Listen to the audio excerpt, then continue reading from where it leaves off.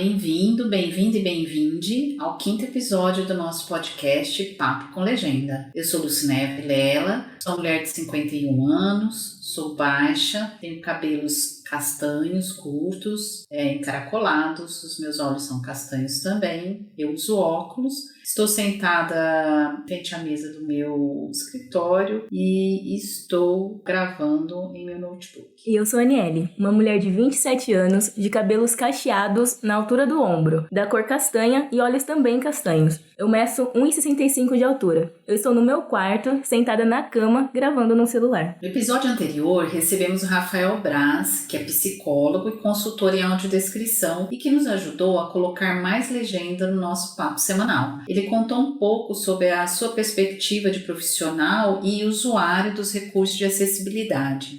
Isso mesmo, Lucinéia. O episódio anterior foi muito legal, porque pudemos entender mais sobre a recepção dos recursos acessíveis por parte dos usuários, inclusive a importância de uma produção ter envolvido as pessoas que são usuárias desses recursos. No episódio de hoje, daremos mais um passo na incrível jornada em busca da acessibilidade nas mídias. O tema desse episódio é acessibilidade na web. Quando falamos de mídias acessíveis, falamos não apenas dos recursos para as mídias audiovisuais, que é uma das especialidades do Matave. Por isso, para trazer mais diversidade ao nosso podcast, contaremos com a Suzeli Damasceno. Ela é jornalista, especialista e consultora em comunicação acessível e em acessibilidade digital, e também coordena o movimento Web para Todos. A Suzeli também ajuda pessoas e empresas a eliminarem barreiras de acessibilidade em ambientes digitais e ruídos de comunicação que bloqueiam a circulação do conhecimento. A Suzeli será a nossa entrevistada do próximo bloco, mas antes disso, vamos entender um pouco mais sobre acessibilidade na web no nosso quadro Legenda aí pra mim. Legenda aí pra mim! A acessibilidade aos conteúdos digitais é um direito de todas as pessoas com deficiência, mas na prática percebemos que a grande parte dos sites não possuem acessibilidade, criando assim uma barreira para as pessoas que não enxergam e também para aquelas com deficiência que impedem sua navegação pela web. Atividades como comprar o ingresso online, acessar aplicativos de relacionamento ou aplicativos de banco podem se tornar um pesadelo para quem não enxerga ou tem baixa visão. Situações como essas já não deveriam mais acontecer devido ao W3C, que é um conjunto de diretrizes que devem ser seguidas para tornar a web acessível. Ele foi criado em 1998 e recebeu atualizações nos anos de 2008 e 2017. No documento, há recomendações sobre o uso de contrastes de cores entre o texto e o fundo de uma página web, ou ainda sobre o zoom sem perda de conteúdo, utilizado por pessoas com baixa visão. Outra recomendação é a presença de descrição de imagens. Então, para fazer valer o conjunto de recomendações do W3C, em 2017 foi criado o movimento Web para Todos, com a proposta de mobilizar e educar pessoas para, aos poucos, transformar o ambiente virtual em um espaço acessível.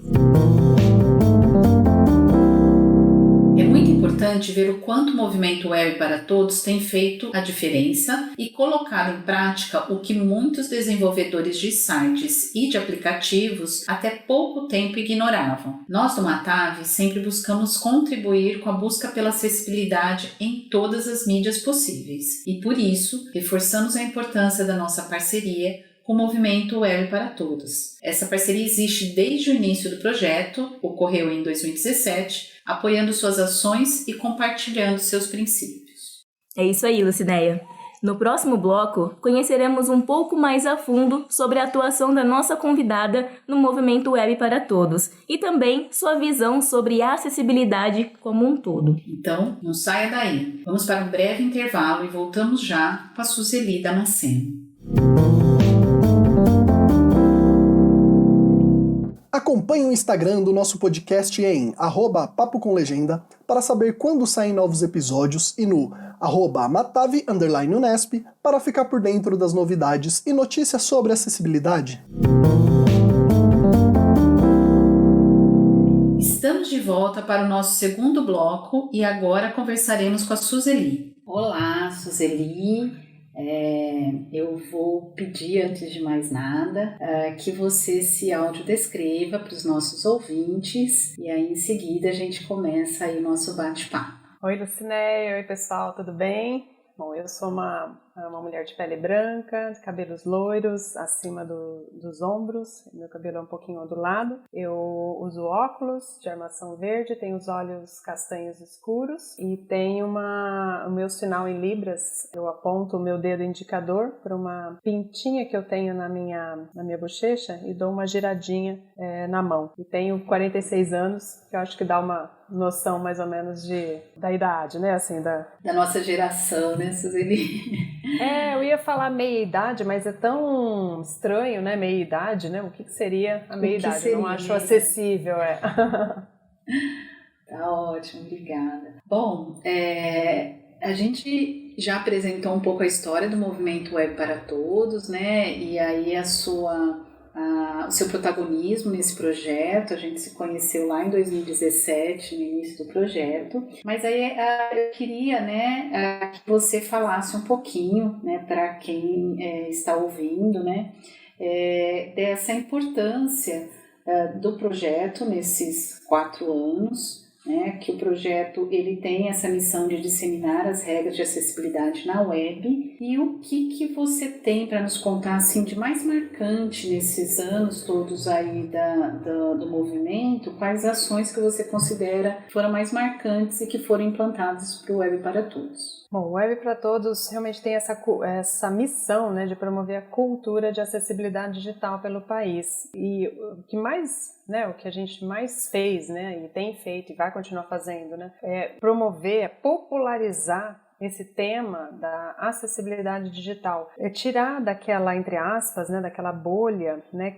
onde tem só pessoas ali da área técnica, da área de programação, né, que faz os sites, né, que faz aplicativos, plataformas. Tirar esse assunto só desse time, né, de pessoas e expandir isso para o máximo de pessoas possível. Isso realmente é o que a gente tem mais feito desde que a gente começou há 4 anos atrás. Então, de mais marcante, assim, né, o que a gente tem feito. A gente começou, por exemplo, introduziu esse assunto em grandes eventos e feiras, por exemplo, de marketing digital que, teoricamente, né, deveria sempre ter considerado, né, esse assunto na pauta, mas não tinha. Então, a gente conseguiu introduzir nesses grandes fóruns de marketing digital, de recursos humanos, né? Agora, essa semana, por exemplo, a gente fez uma série de eventos e painéis e a gente envolveu pessoas ali da área de jurídica, né?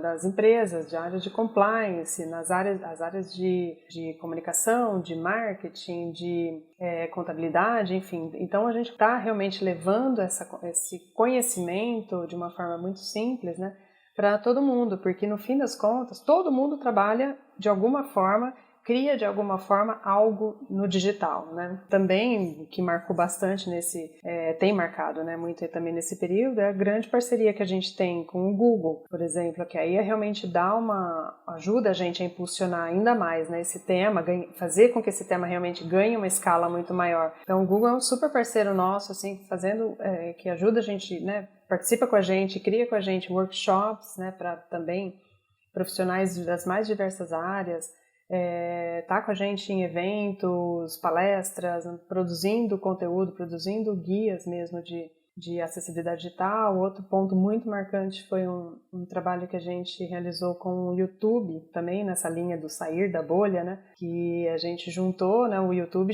convidou os 20 principais criadores de conteúdo ali do canal, como Porta dos Fundos, né, Manual do Mundo, para fazer um workshop sobre como criar conteúdos acessíveis para o YouTube. Então já foi ali também um marco, né? É claro que esses canais ainda estão fazendo as adaptações, a acessibilidade é uma jornada, mas isso também mostra assim, esse interesse e realmente essas sementinhas, né, que o Web para Todos vai plantando ao longo dos anos. Outro fato muito legal também que aconteceu nesse período também é uma parceria que a gente tem com a equipe do Facebook, que engloba também, né, o Instagram.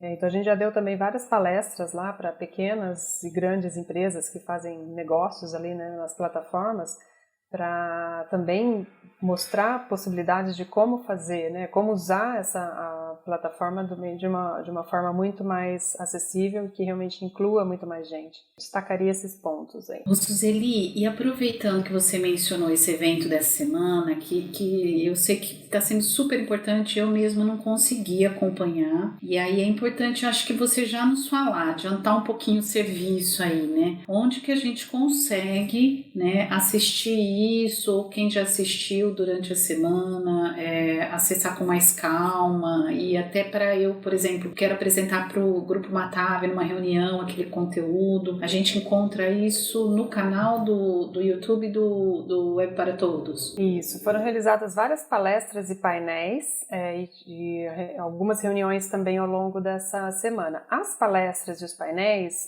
foram transmitidas via YouTube, então a gravação continua lá, no canal do Movimento Web para Todos. Tem lá até uma playlist chamada Descomplicando a Acessibilidade Digital, né, para marcas inclusivas, então a gente reuniu ali esse conteúdo que foi passado ao longo dessa semana. As reuniões, elas aconteceram sem gravação, então essas realmente, quem participou pegou ali o conteúdo ali na hora, mas a gente também agora vai produzir um guia que vai compilar todas as informações, as dicas, principais dicas que foram dadas ao longo do evento, tanto nessas reuniões quanto nessas palestras e nos painéis, e vai juntar isso tudo num guia que está começando a ser produzido agora.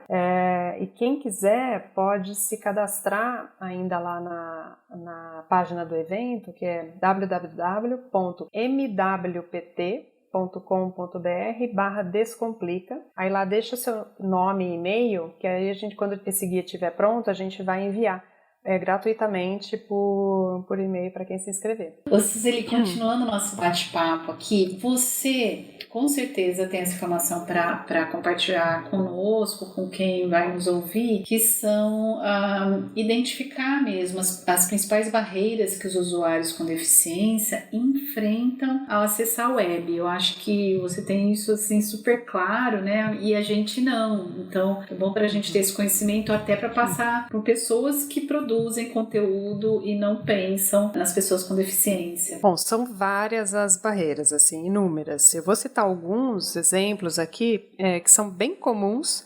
e até são relativamente bem simples assim de serem resolvidos.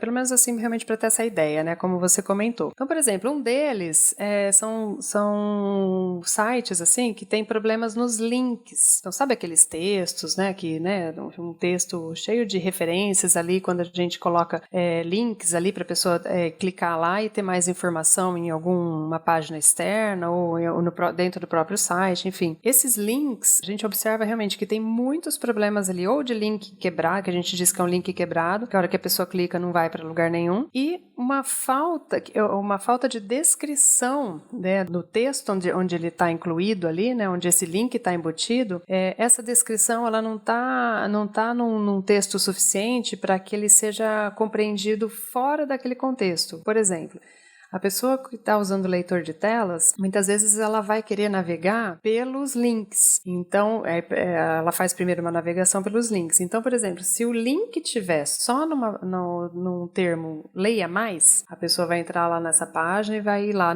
ela vai pedir para navegar por links, ela vai navegando lá, link, leia mais, leia mais, leia mais, leia mais. Aí leia mais o quê? Né? Então, essa é uma barreira, é tão simples, né? E que poderia ser simplesmente colocado, sei lá, leia sobre a reportagem sobre tal coisa. Aprenda mais sobre a promoção que está acontecendo. É uma questão simples de redação, então, né? De consciência de quem está redigindo aquele conteúdo e não da técnica em si de criar um link, enfim, né? Exatamente. De um comando, não precisa nem...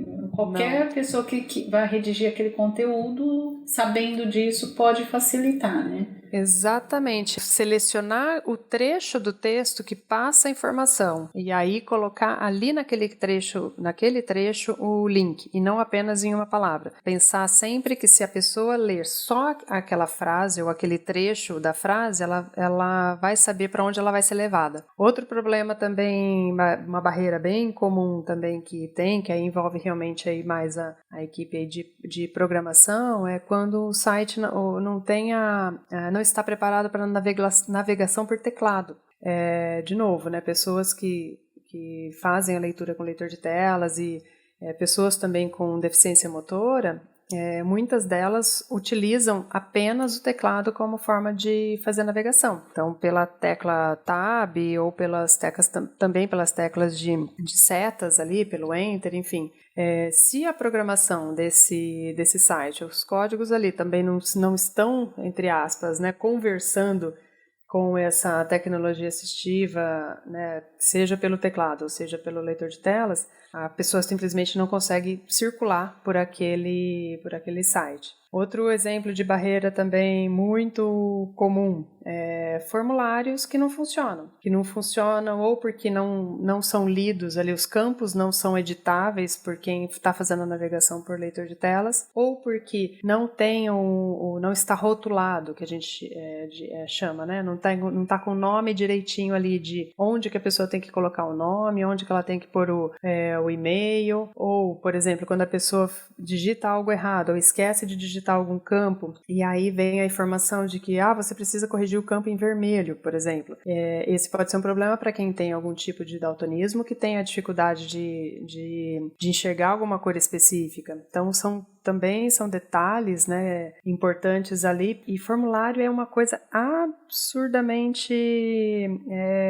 assim, a quantidade de sites com formulários com problemas é muito alta, Então, por exemplo, o Forms, que a gente usa muito do pacote Office, a universidade é o que temos pela universidade, enfim, a gente trabalha muito com Forms. Ele não é acessível se eu não pensar em dar comandos. Você tem alguma orientação sobre esse específico? Geralmente, tanto o Google Forms quanto esses formulários da própria Microsoft. A Microsoft é uma empresa também que investe muito e aposta muito também em acessibilidade. Os próprios arquivos, documentos não, os programas, né, do Word, do Excel, do PowerPoint, tem inclusive verificador de acessibilidade que ajuda você a fazer o documento e vai te mostrando em tempo real ali se você está seguindo o mínimo de orientação, de regra específica para tornar aquele documento acessível. Então a Microsoft tem realmente bastante essa preocupação, assim como o Google. Então a base deles já tem essa acessibilidade, já foi pensada nisso. Mas se o texto que você edita ali, se a foto que você coloca ali, se o vídeo que você coloca ali não foi pensado de forma acessível, aí não adianta nada a gente ter esse canal com acessibilidade se a informação que está ali dentro não tiver. Então você pode até usar o formulário, só que aí você coloca o link para a pessoa acessar esse formulário, talvez num lugar, num site, e que a pessoa com leitor de telas não vai conseguir identificar que ali ela pode chegar só ali no Leia Mais e vai saber, ela não vai conseguir saber que ali é um formulário que vocês fizeram. Nossa, é complexo, mas é bom a gente ouvir isso para entender o outro, né? Como o outro não está tendo o acesso que deveria ter como todo cidadão, né? Exatamente. Então, e aí tem vários outros. Por exemplo, problemas de contraste, não ter contraste suficiente entre a letra e o fundo, entre as cores de uma imagem, sites que não permitem ou não permitem, ou quando a gente pede ali o zoom de tela, né, o famoso Ctrl+ ali para ir aumentando a tela, ele começa a quebrar todo ali, ele começa a ficar muito difícil de ser lido. Isso também é um problema grave de não estar seguindo uma diretriz de acessibilidade. Banners, sabe aqueles banners, aqueles pop-ups que começam a piscar, pular na tela quando a gente está fazendo alguma navegação ali, e com aquele xizinho minúsculo, né, pra gente poder apagar aquele negócio, apagar. Isso é uma barreira absolutamente complicada, tanto para quem também está fazendo a navegação com leitor de telas, quem tem alguma deficiência cognitiva ou que tem alguma deficiência motora, que não tem um movimento fino ali, por exemplo, né, do mouse para chegar naquele xizinho, ou não consegue fechar aquele pop-up com o comando do teclado, acaba inviabilizando realmente toda a experiência dela e toda a navegação dela ali naquele site. Barreira das mais comuns e entre as mais fáceis de serem resolvidas, descrição de imagem.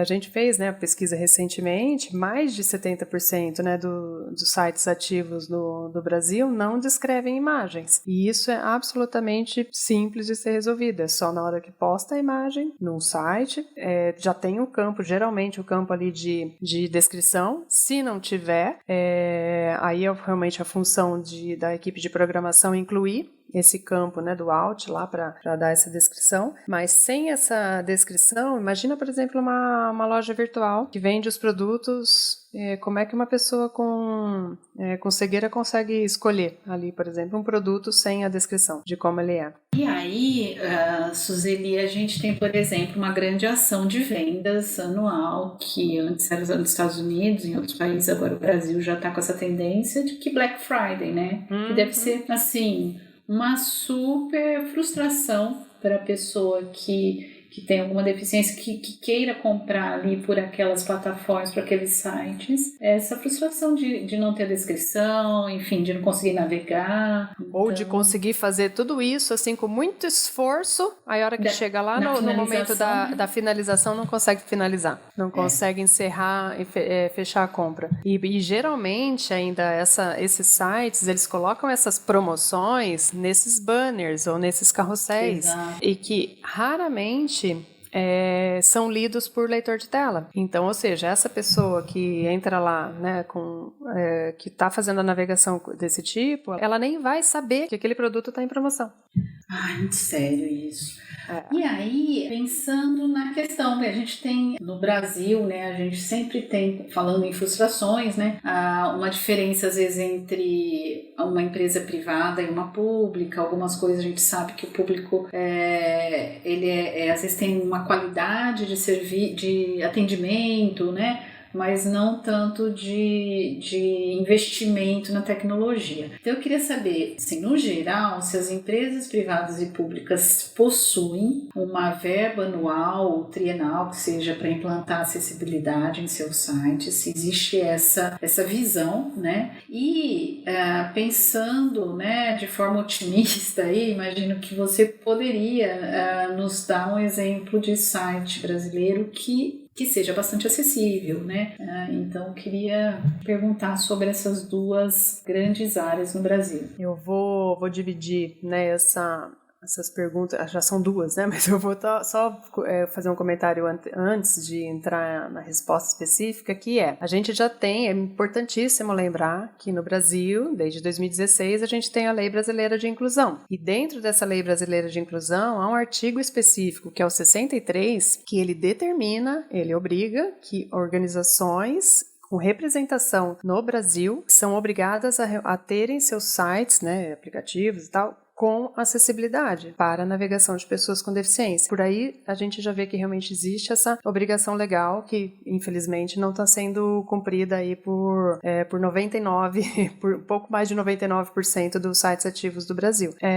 Mas o que a gente observa é que está realmente ampliando dessa última pesquisa que a gente fez ainda, né, tem muita coisa realmente a ser melhorada, mas se a gente pega por categorias, a categoria governamental, assim, esse segmento governamental, é o que está caminhando com um pouco mais de velocidade, digamos assim, é o que tem um pouquinho mais de preocupação com essa questão agora da acessibilidade, é o que está com a faixa um pouquinho maior ali de sites acessíveis. A gente sabe também que o Ministério Público anda dando algumas medidas educativas, assim, algumas empresas, até para estimular também. Isso está também no objetivo aí. A gente já sabe que vários editais públicos já estão com essa obrigação, com essa determinação de contratarem só com acessibilidade. Então a gente já está tendo essa informação também, mas ainda realmente é muita coisa para resolver. Essa pesquisa que a gente fez, por exemplo, a gente conseguiu varrer os quase 17 milhões de sites ativos no Brasil e menos de 1% deles têm acessibilidade. Então é muita coisa realmente para acertar. Essa questão da verba, se tem verba a mais para implementar, destinada a isso, o que a gente sempre diz é, se o site ele é planejado já considerando acessibilidade, ele não vai custar mais por isso. As regras de acessibilidade são regras de aquilo que eu estava explicando, é de incluir a foto, já colocar a descrição, é de fazer a programação dos códigos ali, né, com códigos limpos, com acessíveis, é você pensar no texto que você vai escrever de uma forma também que seja acessível, né, para as pessoas com deficiência. Se você vai produzir um vídeo, você já vai pensar nele também com as legendas e tal. Então isso tudo, se a gente for olhar, ele realmente não tem um custo a mais por isso. Agora, se você tiver que realmente adequar, o meu site não está acessível, eu preciso adequar, aí realmente você vai ter um custo a mais. A gente sempre faz analogia com construção de uma casa. Né? Se você constrói a casa já com pensando nela em ser acessível, você já vai fazer ela sem um degrau, você já vai fazer o banheiro um pouco mais largo, você já vai deixar a batente da porta também com um pouquinho mais larga para eventualmente ter que passar uma cadeira de rodas. Isso não vai custar mais na obra para fazer No audiovisual, eu sempre falo para os meus alunos, se pensa na acessibilidade na pré-produção, não vai ter um problema na pós-produção, né? Porque para a gente acrescentar uma audiodescrição depois que um filme, um documentário, um musical tá pronto, aí sempre a qualidade vai ficar a desejar, embora seja possível. Não vai ter a mesma qualidade de pensar isso antes. Eu acho que é exatamente isso que você está falando, né? Dessa analogia com a construção também, né? E aí, em relação ao exemplo de site, né, que você super curiosa. Eu vou te falar o seguinte, posso colocar, assim, me garantir com o do Movimento Web para Todos. E por que eu falo isso? A acessibilidade digital é algo vivo, que a gente diz que é vivo. Ele tem que ser cuidado a cada postagem, a cada inserção nova que é colocado lá. Se eu corro o risco de hoje citar um outro site aqui, que hoje, neste momento da nossa entrevista, ele está acessível, e aí quando essa entrevista for para o ar, estiver lá nas plataformas para todo mundo ouvir, a pessoa vai lá, vai checar e vai encontrar problemas de acessibilidade. E isso acontece muito, especialmente por conta das pessoas mesmo que não têm esse conhecimento e vão lá, né? Incluir a matéria, incluir a foto, incluir um conteúdo novo ali nesse site, sem lembrar e sem seguir as regras de acessibilidade, esse site já não vai ser mais acessível. Então, o do Movimento Web para Todos eu te garanto, porque esse é um cuidado que a gente tem todos os dias com tudo que a gente publica lá. Ô, Suzeli,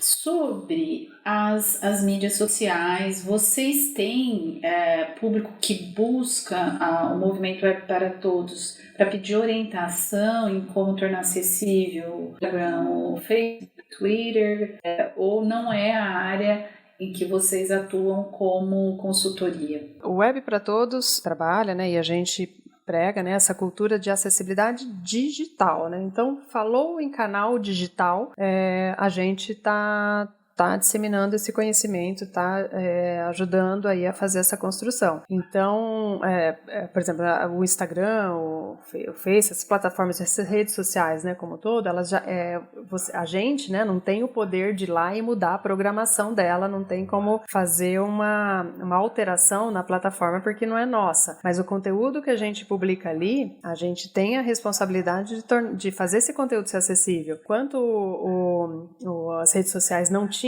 ainda aquele campo de colocar o texto alternativo, a gente colocava só na legenda do post mesmo. Então a gente dava um jeito de fazer aquela informação ser acessível enquanto a plataforma não tinha se mexido ainda para isso. Mas agora, por exemplo, eu vou escolher uma imagem para colocar uma foto, uma arte ali que eu vou pôr nessa rede social. Eu também tenho que ter essa consciência de fazer essa arte com um bom contraste, com uma cor que realmente com uma combinação de cores que não passe despercebida, por exemplo, por pessoas que tenham algum grau de daltonismo, que não tenha uma fonte, né, um tipo de fonte ali que seja complexa para ser percebida por pessoas com alguns tipos de deficiência visual ou até com dislexia. Então, esses cuidados aí está na responsabilidade realmente de quem alimenta esses perfis nessas plataformas. Ô Suzeli, aí vamos falar, né, do dissabor da educação que nós professores aí de universidades públicas, principalmente, sofremos, estamos ainda nessa sofrência, como dizem, desde o ano passado, né, nessa questão da pandemia nos obrigar a fazer adaptação para o ensino virtual, à distância, o que seja, né. Eu acho que isso tem sido... Acho que talvez uma temática, né, que a gente até tem falado demais e tem cansado de falar sobre isso, né, mas nessa transição, além da qualidade de ensino, eu acho ter sido assim, não ter sido pensada como deveria, né, que os professores de fato não têm uma abordagem do ensino virtual nas universidades públicas. Nós ainda priorizamos o presencial e queremos continuar com o presencial sempre. Além disso, quando passamos para a distância, pouco se pensou ou nada se pensou na pessoa com deficiência. Uma situação que aconteceu ano passado, uma aluna que tem deficiência auditiva na minha universidade, nem era minha aluna, não era um curso para qual eu dava aula, mas sabiam que eu trabalho para divulgar essa questão da acessibilidade. Me procurou junto com colegas da turma dela, porque ela não estava durante as aulas no Meet, ela não estava conseguindo ouvir, e aí ela estava acabando de pôr o implante coclear, daí era pior, porque daí os professores quiseram ajudá-la, mas de uma forma capacitista, enfim, foi um pesadelo para a moça. Então, essas questões não foram tratadas. A gente ficou tão traumatizado de ter que ficar no virtual, que até a qualidade, aprender a lidar com esse virtual já foi uma dificuldade. Pensar na pessoa com deficiência foi, acho que, anulado nesse nosso... Estou falando do meu contexto, né? E aí, você que é especialista nisso, qual que seria, idealmente, o ensino à distância com acessibilidade? Então, eu já deixei claro que não é a situação que nós queremos aqui na minha universidade, mas existem projetos que nascem como ensino à distância. Então, nesse sentido, esses projetos que você conhece pensam na pessoa com deficiência? Qual seria o ideal disso? A pandemia, ela realmente bagunçou muita coisa e realmente é compreensível tudo isso que foi passado. Foi muita novidade realmente para todo mundo, era muita tensão, né, com tudo que estava rolando aí no sistema de saúde de uma forma como um todo. Então é compreensível também esse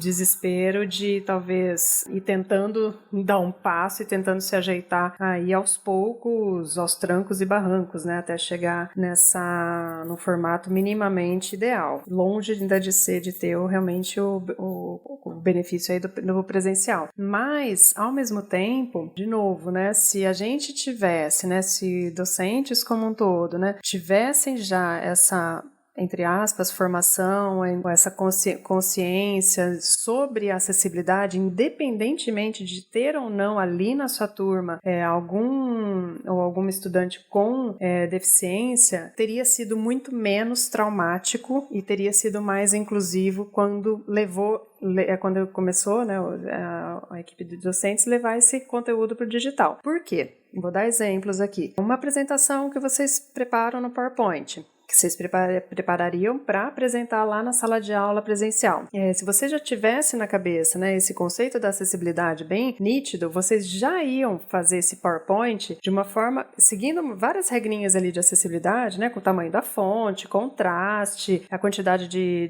informação por slide, sem coisa piscante, vou passar um vídeo para todo mundo assistir lá na sala de aula. O pensamento com acessibilidade já vai te incluir ali também a necessidade de colocar pelo menos a legenda. A legenda, ninguém pensa ali nesse vídeo. Isso. Então, isso já estaria, se já tivesse, né, esse pensamento, né, arraigado aí na cabeça de todo mundo, na hora de transferir isso para o digital, essa parte vocês já não sofreriam com isso, porque vai ser o mesmo PowerPoint, agora para o digital, vai ser o mesmo vídeo, agora no digital. Ele vai ter a legenda também, na hora de transmitir, se não tem audiodescrição embutida nele, o o professor ou a professora já vai fazer uma audiodescrição antes, talvez, de passar aquele vídeo. Então, essa parte já é menos sofrida.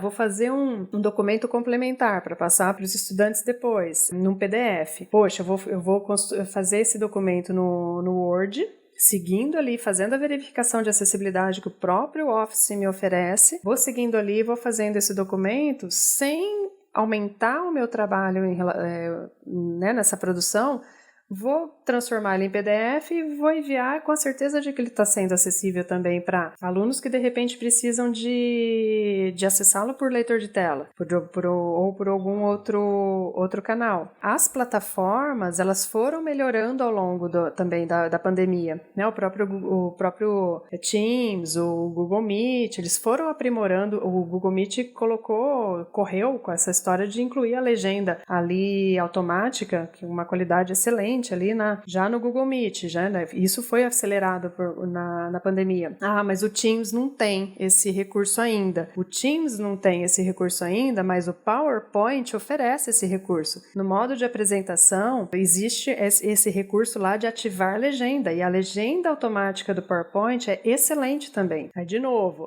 com o pensamento da acessibilidade, a equipe de docentes também vai ter essa consciência de que na hora de fazer a apresentação ali, para aquela legenda ser transmitida em tempo real, quanto mais claro, né, eu for ali na fala, no jeito que eu falo, pausadamente, usando palavras mais conhecidas, de preferência frases mais curtas, a qualidade da legenda também melhora.